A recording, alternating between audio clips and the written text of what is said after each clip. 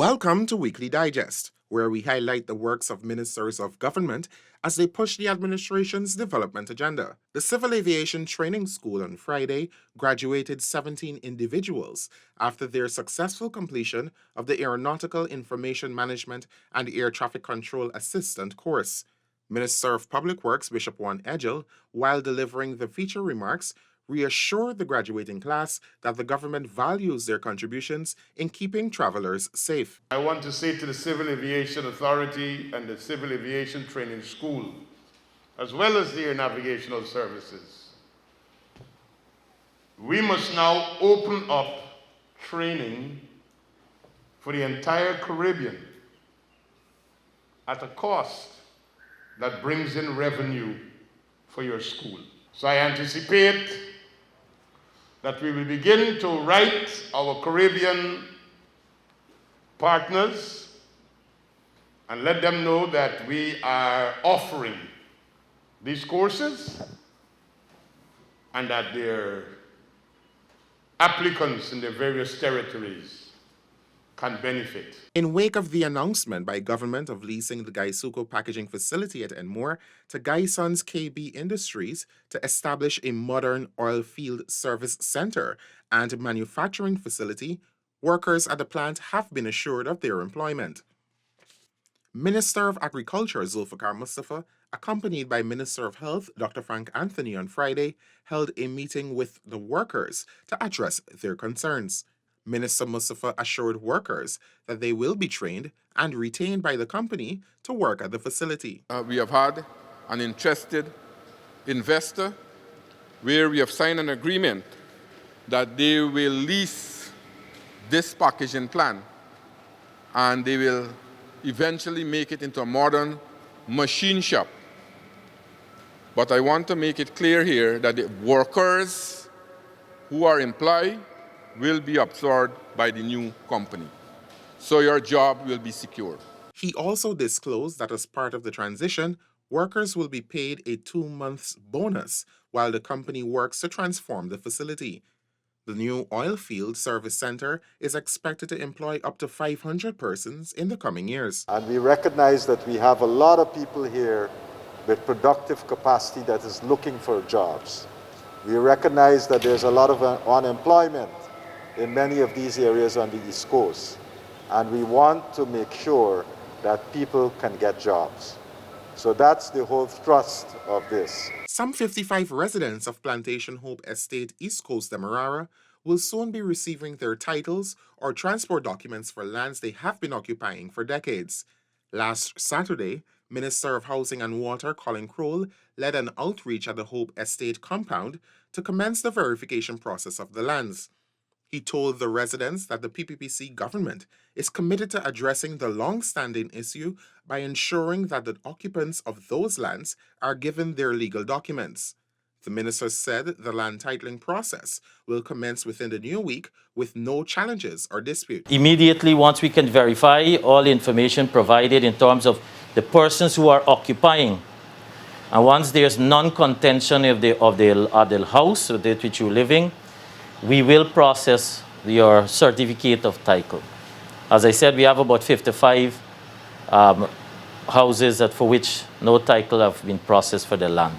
The minister has also committed to process titles for residents who have received their house lot allocations from the Central Housing and Planning Authority. His Excellency Adel bin Ahmed Al Jubeir, Minister of State for Foreign Affairs and member of the Council of the Ministers of the Kingdom of Saudi Arabia, on Saturday arrived in Guyana for a visit with President Dr. Mohammed Irfan Ali.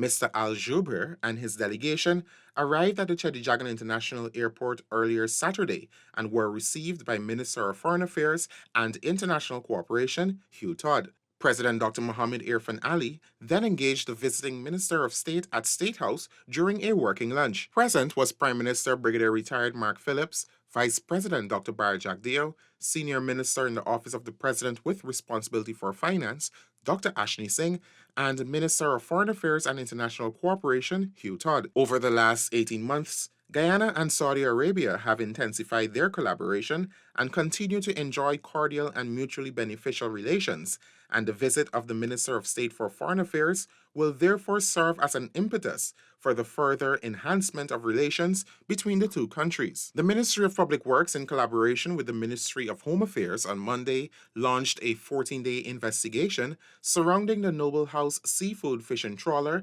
that sank in coastal waters. The incident, which took place 26 miles off the Mahaika River, saw 3 men allegedly missing while 1 survived. Apart from the investigation, the Home Affairs Ministry is also facilitating search and rescue exercises to find the missing fishermen. On the eve of Guyana's 52nd anniversary as a republic, President Dr. Mohamed Irfan Ali, in his address to the nation, reminded Guyanese that they are the country's greatest asset. For that reason, he said government is heavily investing in the areas of education, training, and institutional strengthening. President Ali underscored that Guyanese must be able to write the narrative for the future they want to see, while at the same time celebrating each other's accomplishment and being responsible. Across the administrative regions, ministers fanned out on Tuesday to observe the historic day in the various townships. At Linden, Region 10, Minister of Foreign Affairs and International Cooperation Hugh Todd reminded citizens that the anniversary represents a democratic nation. At the flag-raising ceremony in Region 4, Attorney General and Minister of Legal Affairs Anil Nandlal noted that on occasions like the observance of the Republic anniversary, reflection and introspection must be done. This is a very special moment for us as Guyanese. As one people, one nation, one destiny. An anniversary is a very special moment in anyone's life. Whether you're celebrating a wedding anniversary, a birth anniversary, or an anniversary for any other special achievement that you may have attained during your journey. This is our journey as a people, as a nation, as a country. This is a journey that we're taking together as 10 regions, all under one umbrella. At the flag-raising ceremony in Region 4, Attorney General and Minister of Legal Affairs Anil Nandlal noted that on occasions like the observance of the Republic anniversary, reflection and introspection must be done. Our government is committed to the construction of a modern Guyana upon a couple of fundamental pillars. 1, national unity. 2, respect for the rule of law. 3, respect for the constitutional rights and constitutional values of our society. And 4, every Guyanese must be afforded to play an equal part in that journey to take our country forward. In Region 6, Minister of Agriculture Zulfikar Mustafa urged Berbetians to prepare for the massive economic transformation heading to the ancient county. Minister Mustafa said the unending push by His Excellency Dr. Mohamed Irfan Ali for a One Guyana will see extraordinary developments in all 10 administrative regions. We are more importantly one people, one nation, one destiny. We are one Guyana. This is the foundation upon which our republic state would rest. The elements of our national motto commit us to the pursuit of unity, affirm our sovereignty, and shape our ambitions. In Region 3, at the Regional Democratic Council office, Minister within the Ministry of Public Works, Deodat Indar, says government is working towards building one Guyana and everyone must play a part in the process. That one Guyana requires every single citizen, man, woman, and child, to do their part.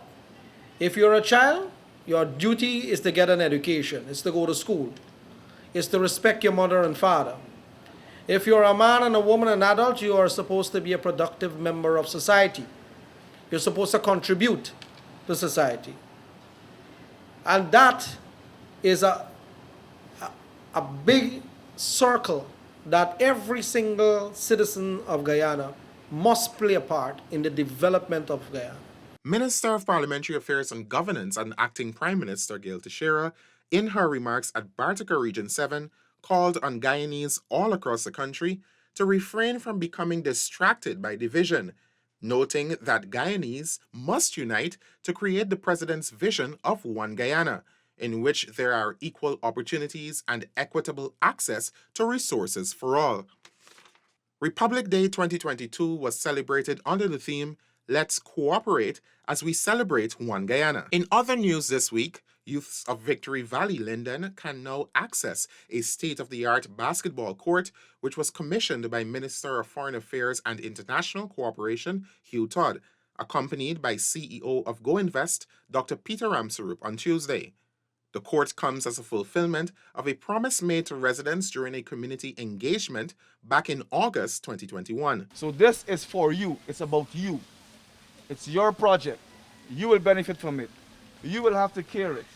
And you will have to ensure that you protect it.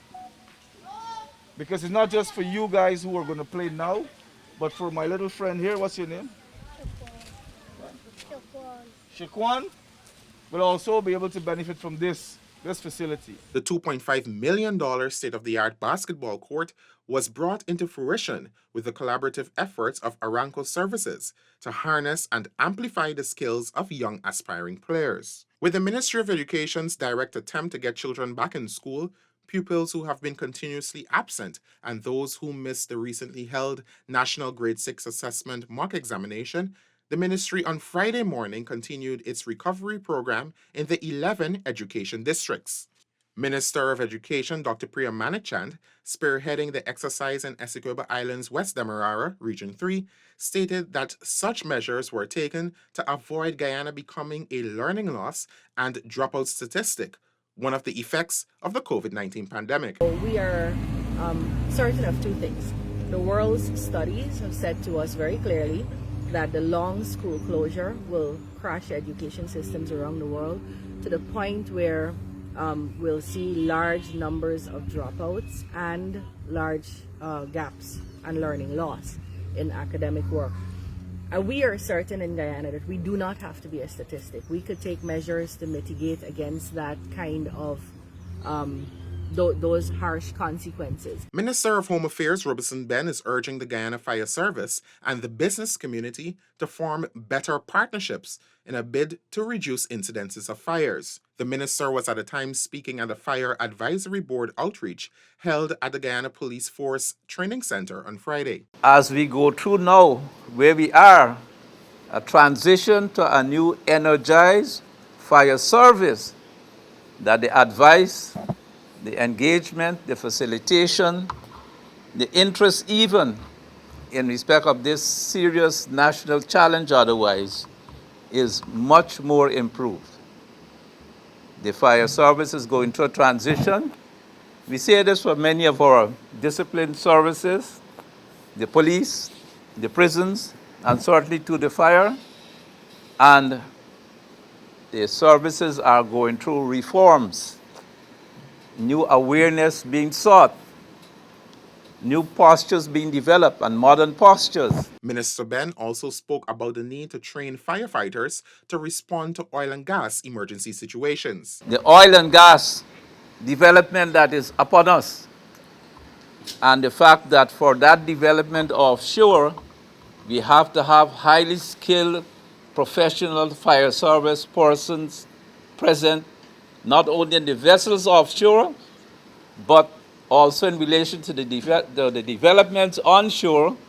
For 2021, the ministry reported a significant reduction in fire accidents, a feat which Minister Ben is proud of, but believes more can be done to create a better and safer environment. That's it for this edition of Weekly Digest. For these and other government-related information, do log on to our website at dpi.gov.gy and our social media platforms as well.